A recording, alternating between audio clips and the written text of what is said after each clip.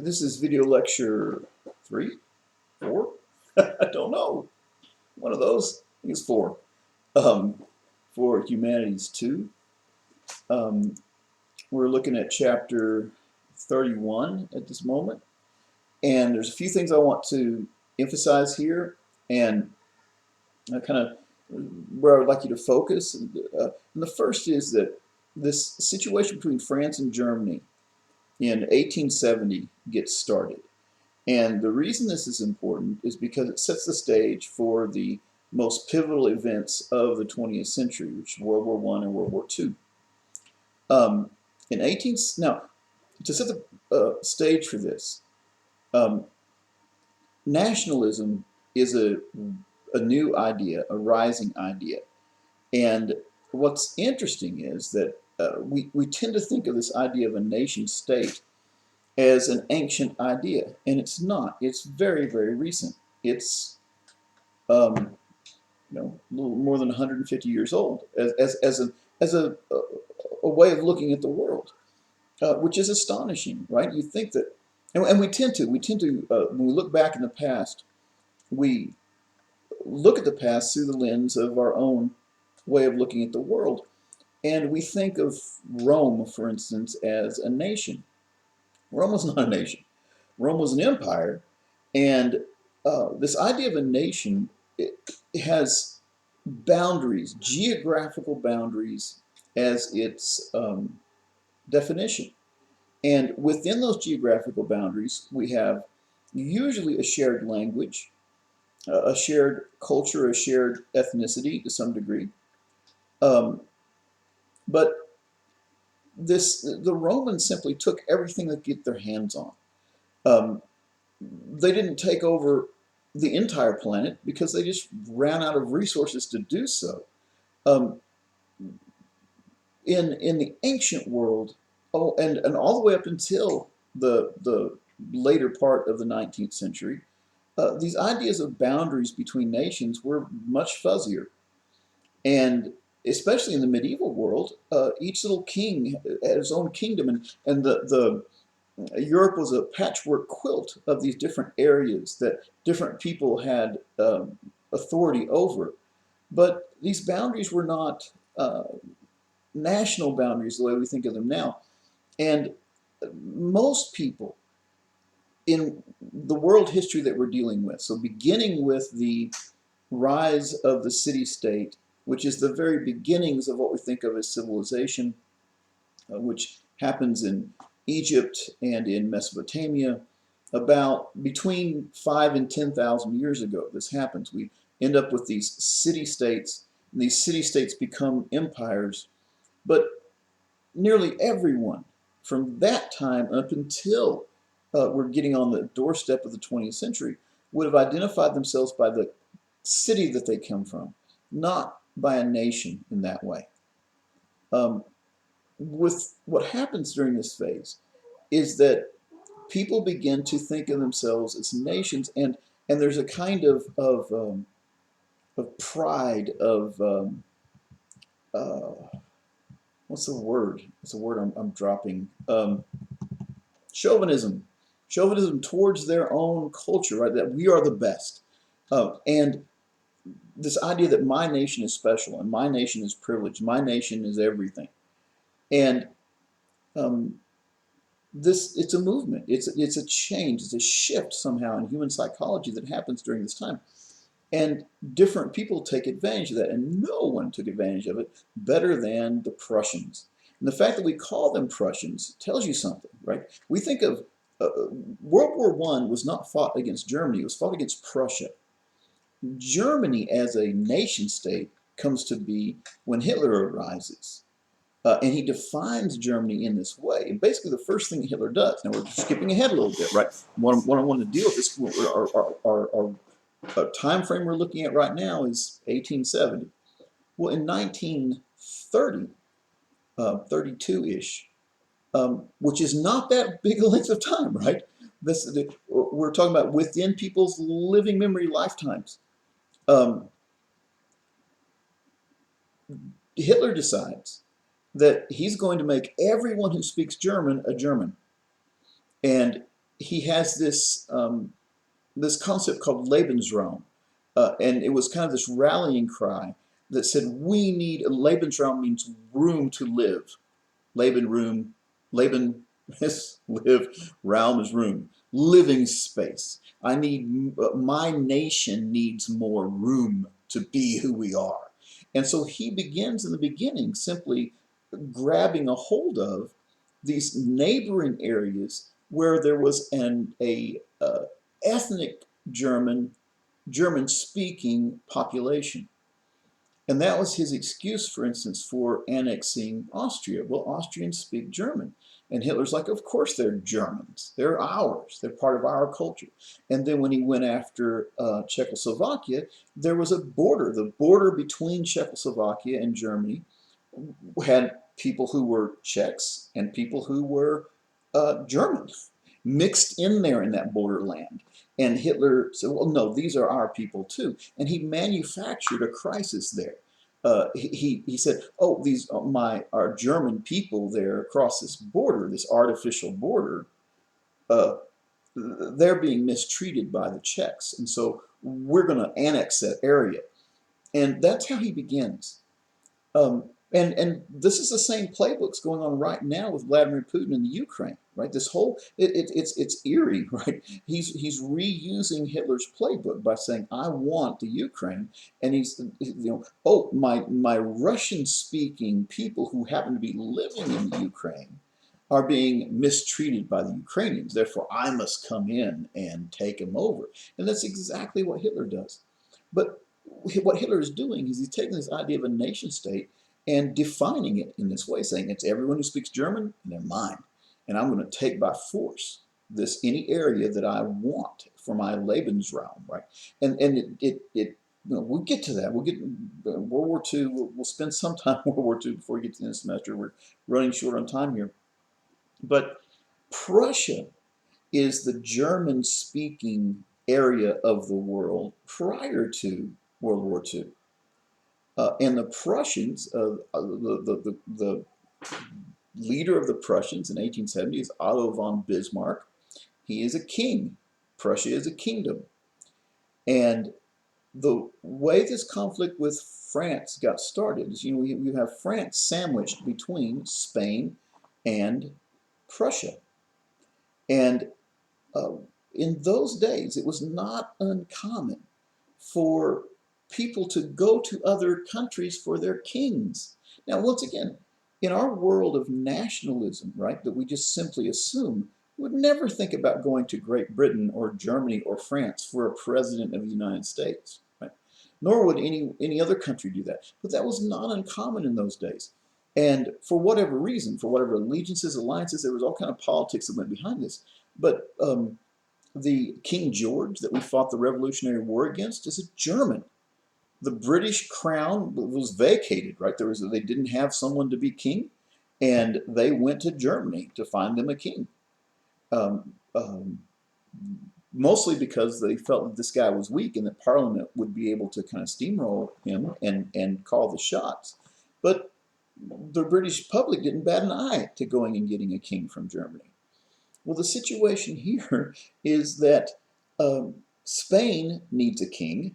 Their throne is empty for whatever reason. And they look to Prussia, right? Well, and I suppose we could say that the British, before the Revolutionary War, went to Prussia, right? German's a language, right? But the idea of a German nation is a 20th century, late 19th century thing. Um, and so Spain applies to Prussia. They say, hey, why don't you can be our king? France is like, oh, right? Now I'll have Prussia on both sides of me.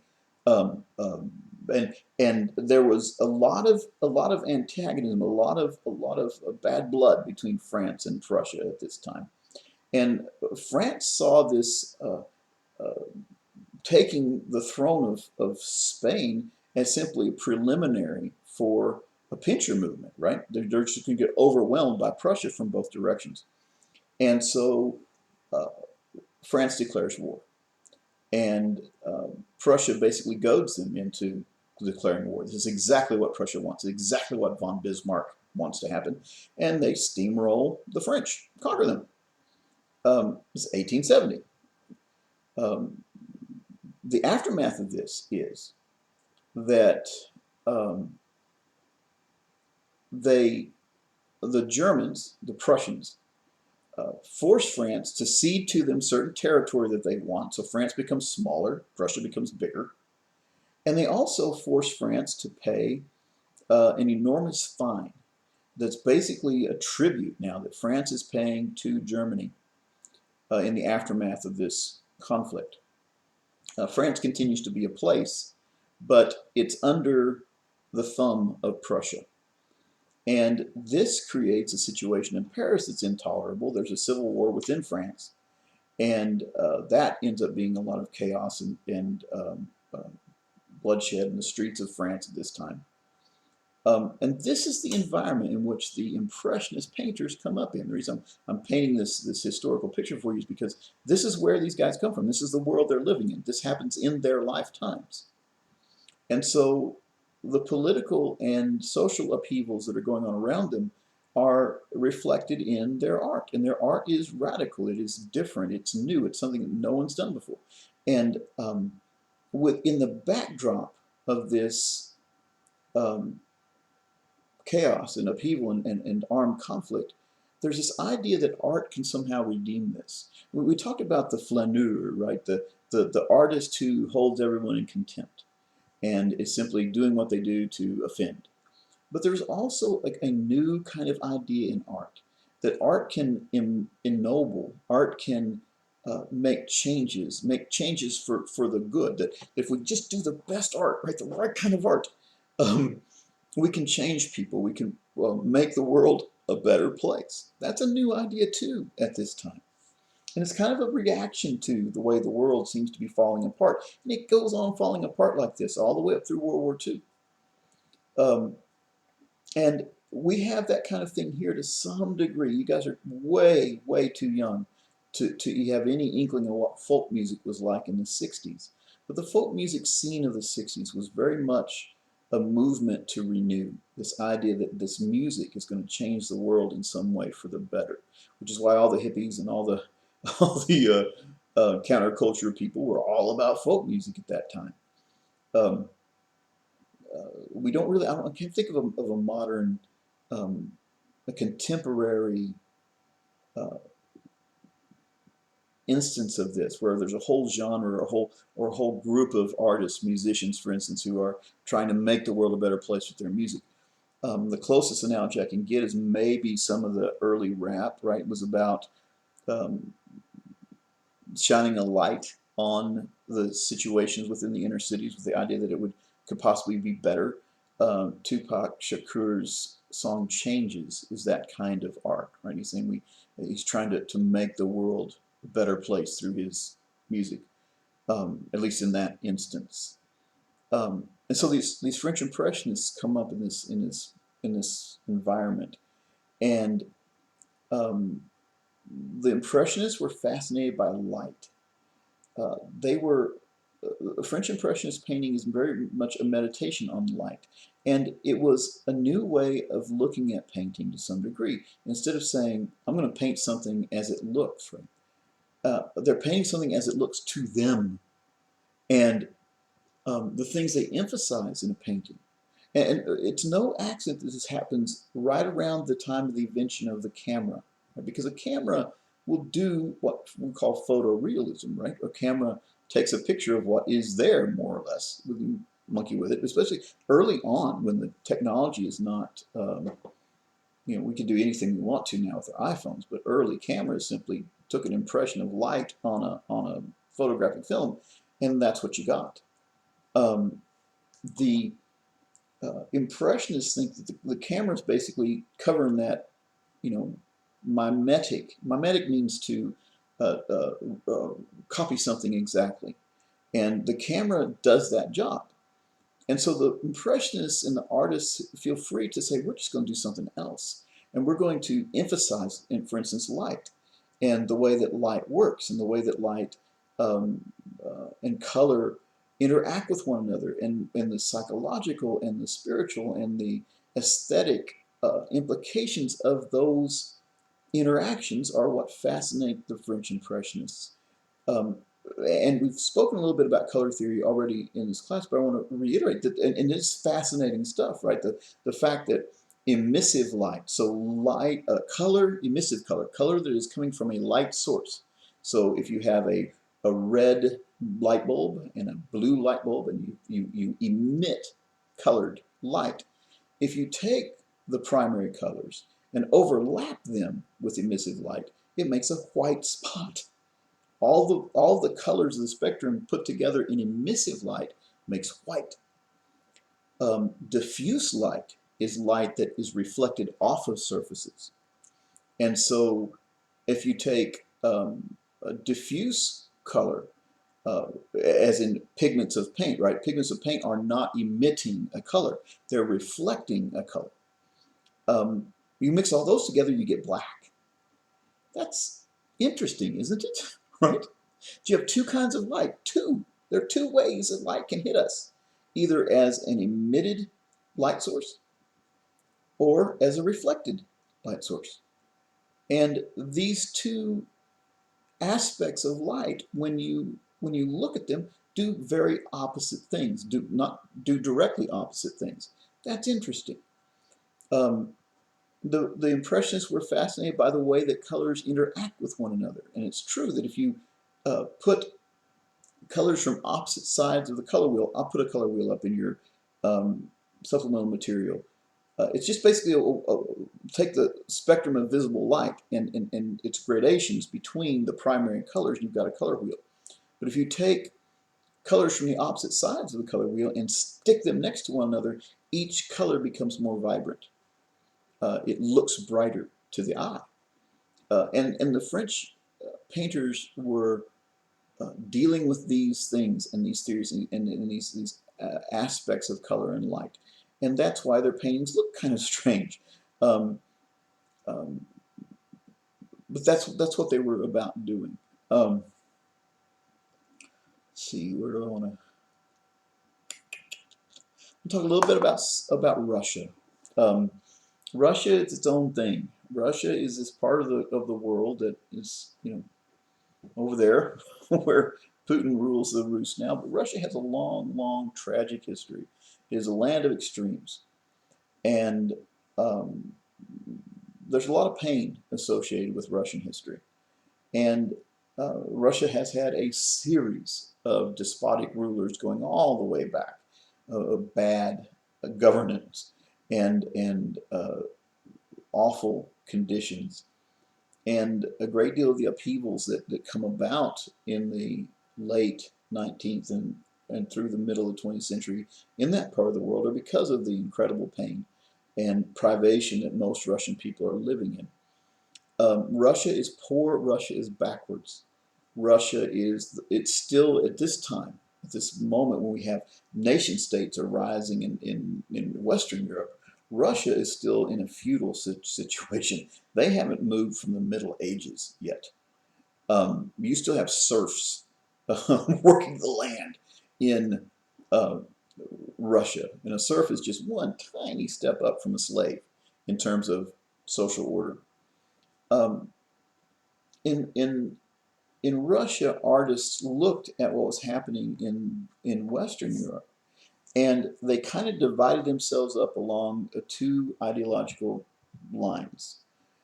You had the Francophiles. Now remember, France is the center of gravity for all things culture, all the way up until the United States takes that place, which happens around 1970-ish, 60-ish.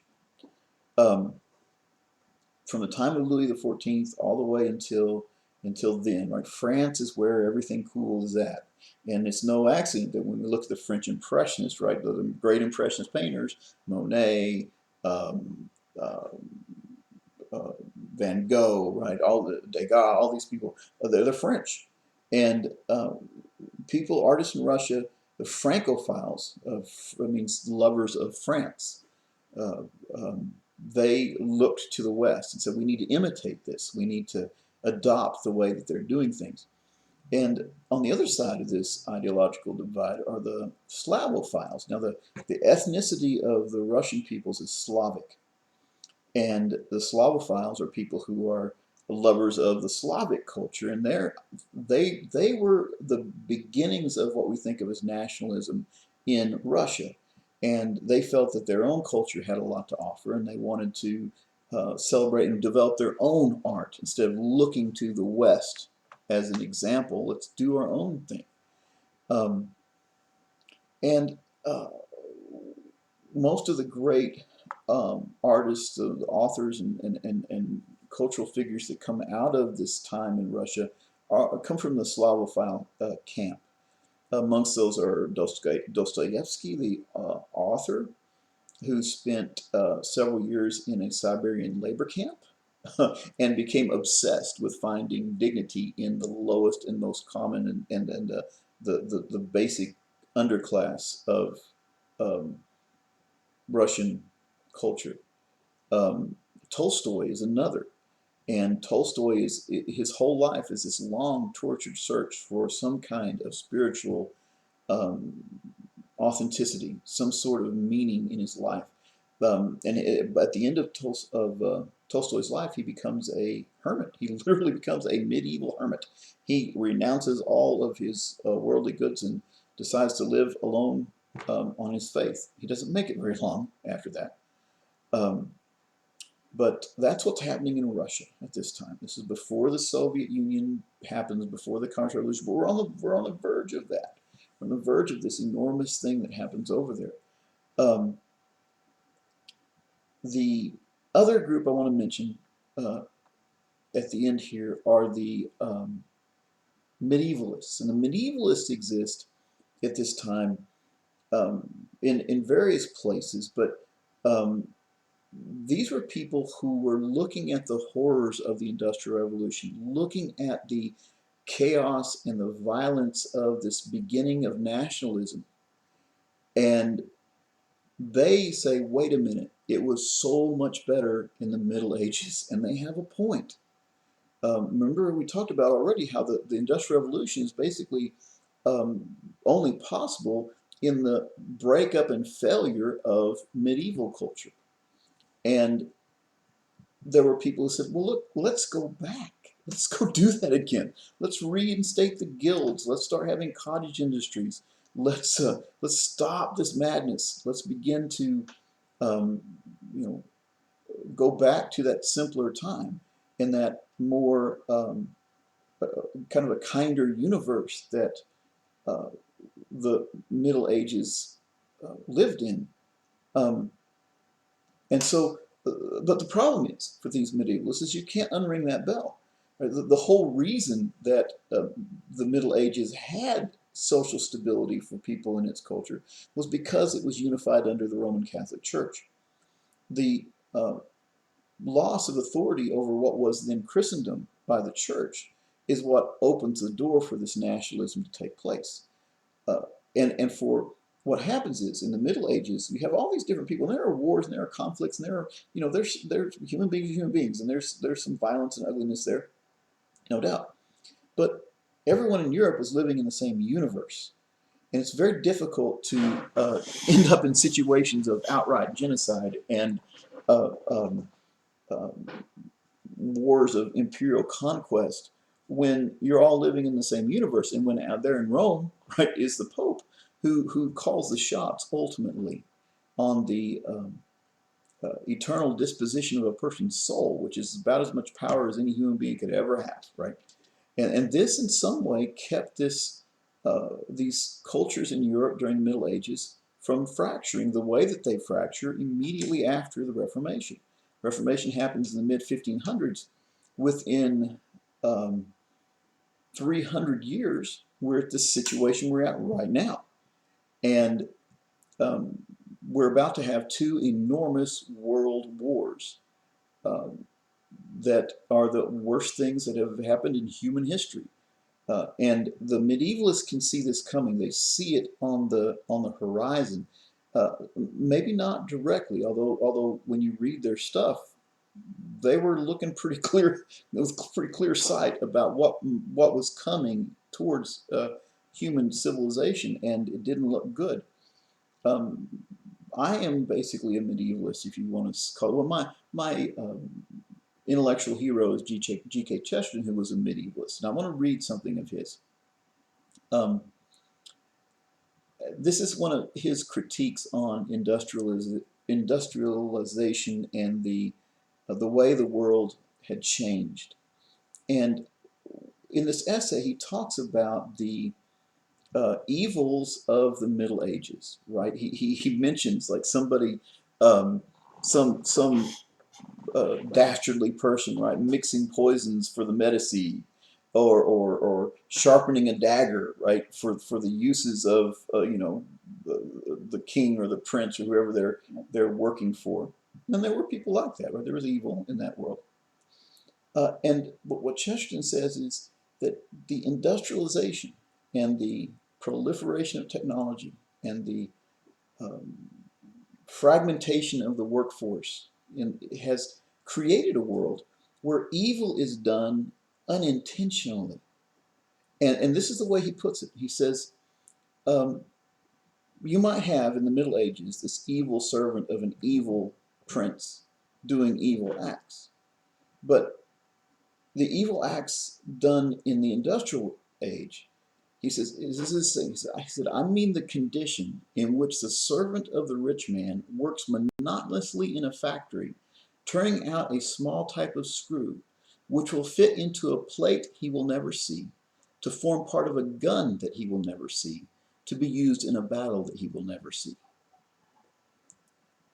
Industrialization means that people get removed from the ultimate outcome of their work and what they do.